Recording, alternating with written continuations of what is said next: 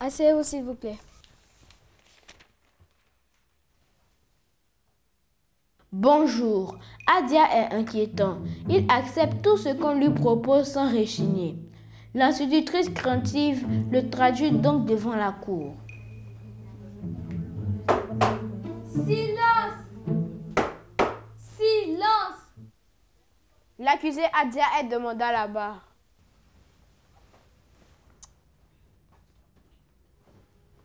Adia. Oui, madame le juge. Ça va? Oui, madame le juge.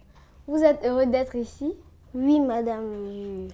Dites-moi, pourquoi êtes-vous heureux d'être ici?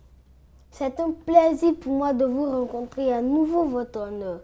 Les circonstances ne sont peut-être pas à ma faveur, mais ce ne serait pas humain de ne pas être heureux de voir un humain. Je vais laisser les avocats discuter avec vous. Maître Koné, l'accusé est à vous. Merci, présidente. Adia, en pleine forme? Oui, maître. Vous arrive-t-il de refuser ce qu'on vous propose? Oui, toujours. Par exemple? Je refuse parfois de me laver, de manger ou de faire mes devoirs. Je refuse selon mes sentiments. Toutefois, quand on me soumet un cas, je le note, je l'analyse avant de donner mon approbation. Cela a été le cas pour les somnifères? Qui vous en a parlé? Vous me répondez oui ou non? Oui, je vous réponds. Silence! Silence!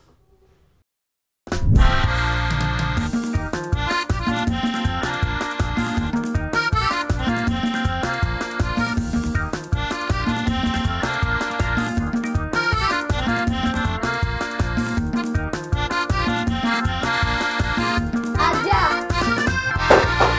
Oui. Qu'est-ce que vous avez? Rien. Excusez-moi, s'il vous plaît. Allez-y. Oui, j'ai pris les somnifères. Savez-vous ce qu'est un somnifère? Oui, un médicament qui donne sommeil. Pourquoi vous l'avez pris alors que vous étiez en classe pour travailler?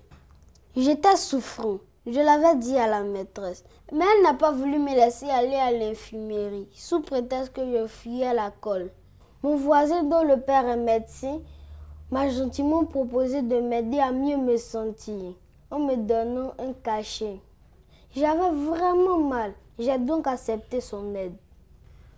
Votre ami vous propose un médicament. Vous ne lisez pas la notice. Vous ne dites pas non et vous le prenez. Pourquoi refuser un médicament qui pouvait me soulager? Parce que vous n'en avez pas la certitude. Mais j'avais mal.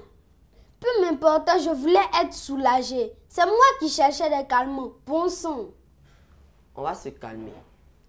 Veuillez nous raconter l'histoire de cet inconnu qui vous a envoyé chez lui. Objection, votre honneur. Ce n'est pas un festival de contes et légendes, voyons. Objection rejetée. Laissez-le aboutir. Merci, votre honneur. Je vous écoute. J'étais à pied et un tonton m'a demandé l'indication d'une église. J'ai bien indiqué, mais il semblait toujours perdu. Quand il m'a demandé si je pouvais l'accompagner, j'ai accepté, bien que ma mère m'avait envoyé faire une course. Je ne voulais pas que le tonton se perde et je me suis dit que ma mère comprendrait qu'il avait besoin d'aide. C'était le frère de votre mère? Non, Et pourquoi vous dites tonton? Alors c'était le frère de votre père? non, mais c'est un adulte. Donc tous les adultes sont vos oncles? Non. Ah, voilà qu'il dit non. Suivez. Silence! Je vais vous expliquer ce qu'il en est. Notre cher Adia a accepté d'accompagner un adulte inconnu vers une destination X. Ce n'est pas lui qui a proposé de l'aider, mais il avait une tâche à faire. Il n'a pas su dire non à cet inconnu qu'il a directement accepté dans sa famille. L'inconnu l'a conduit dans sa voiture. Au moment où le véhicule voulait démarrer, la police l'a interpellé. Dans le coffre, il y avait plein d'enfants ligotés comme des gibiers. Pour ne pas avoir su dire non, je ne vous connais pas. Ma mère m'a envoyé, je ne monte pas dans votre voiture. Il a failli être kidnappé. Votre honneur, j'en ai fini. Maître Étienne, l'accusé est à vous. Merci, présidente. Je n'aurai pas de questions. Par contre, Je souhaiterais intervenir en vous disant que l'on peut tout reprocher à un homme, sauf la bonté de son cœur. Reprocher à cet enfant d'être doux, serviable et d'accepter de rendre service sera condamnable pour nous demain. Doit-il devenir méchant avec les autres juste parce que dans ce monde, il y a des imposteurs? Dites-moi, qu'arrivera-t-il le jour où il se retrouve devant une personne réellement dans les besoins? Devra-t-il refuser d'aider cette personne parce qu'il faut dire non aux inconnus? Devons-nous dire non pour dire non? Écoutez, notre rôle est d'être bon de cœur, qu'importe les attitudes des autres. Ceci n'est pas un motif condamnable à mon sens. Je termine en vous disant que l'exemplarité de mon client est à saluer. Dans ce monde d'infâmes humains, il existe encore des personnes qui aident sans tenir compte des contours. Ceci est à saluer. Excusez-moi votre honneur, mais je n'aurai plus d'autres interventions. Regagnez votre place. Merci. Maître Koné, avez-vous des questions pour votre cliente? Non, votre honneur. Juste spécifier un fait. La légitime défense existe, à titre de rappel pour ma collègue. J'aimerais ici vous dire qu'il est bien d'aider les autres, mais pas au détriment de sa vie. L'inconnu serait parti avec Adia et on n'aurait plus entendu parler de lui. Quel drame! Adia est un enfant. Il n'est pas le seul dans les rues. Pourquoi est-ce à lui que l'inconnu a demandé chemin? Ne pouvait-il pas demander à un adulte? Un enfant doit être protégé. Il ne doit pas parler aux inconnus. Il doit savoir leur dire non pour préserver sa vie. Les adultes entre eux pourront être de bon cœur. Cette ère est critique. Votre honneur, j'en ai fini. La séance est suspendue pour préparer le verdict.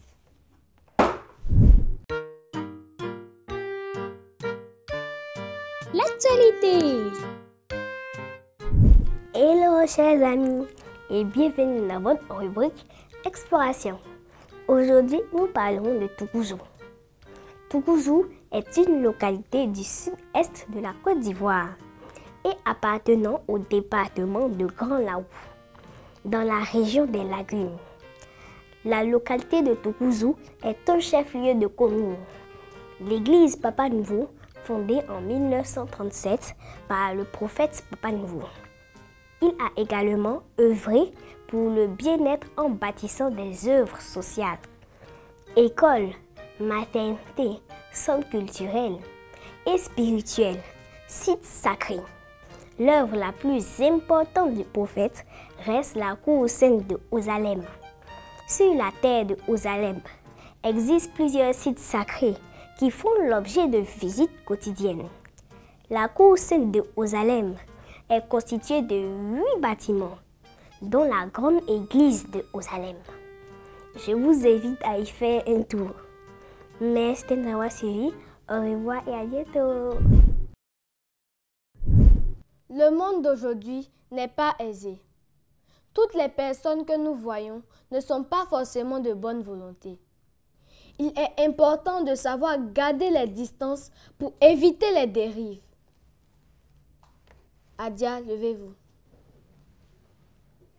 Je déclare Adia coupable des faits qui lui sont reprochés et condamné à ne plus accepter une quelconque proposition d'inconnu. Il devra se référer aux adultes connus de ses parents. Asseyez-vous. Avant de lever la séance, permettez aux jurés de donner quelques conseils. Les astuces. Coucou les amis. Certains adultes ne nous veulent pas forcément du bien. Il faut faire attention aux inconnus.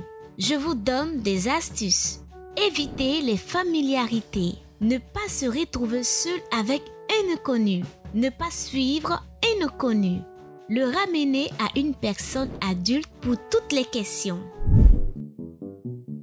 Le mot du pédagogue. Coucou les enfants. Savoir dire non est très important et c'est de cela que nous allons parler aujourd'hui. Savoir dire non, c'est affirmer ses choix, se faire respecter, ne pas céder sous la pression, Pour cela, il faut oser dire non, que ce soit à des copains, à des parents, à des collègues, à des profs ou d'autres encore. Être enfant ne vous oblige pas à accepter tout et à subir les autres. Ne faites pas comme Adia qui ne sait pas dire non. Savoir dire non en étant respectueux fait de vous des enfants intelligents. Apprenez à faire valoir vos désirs, c'est très important pour que vous ne subissiez pas tout ce que les autres vous imposent.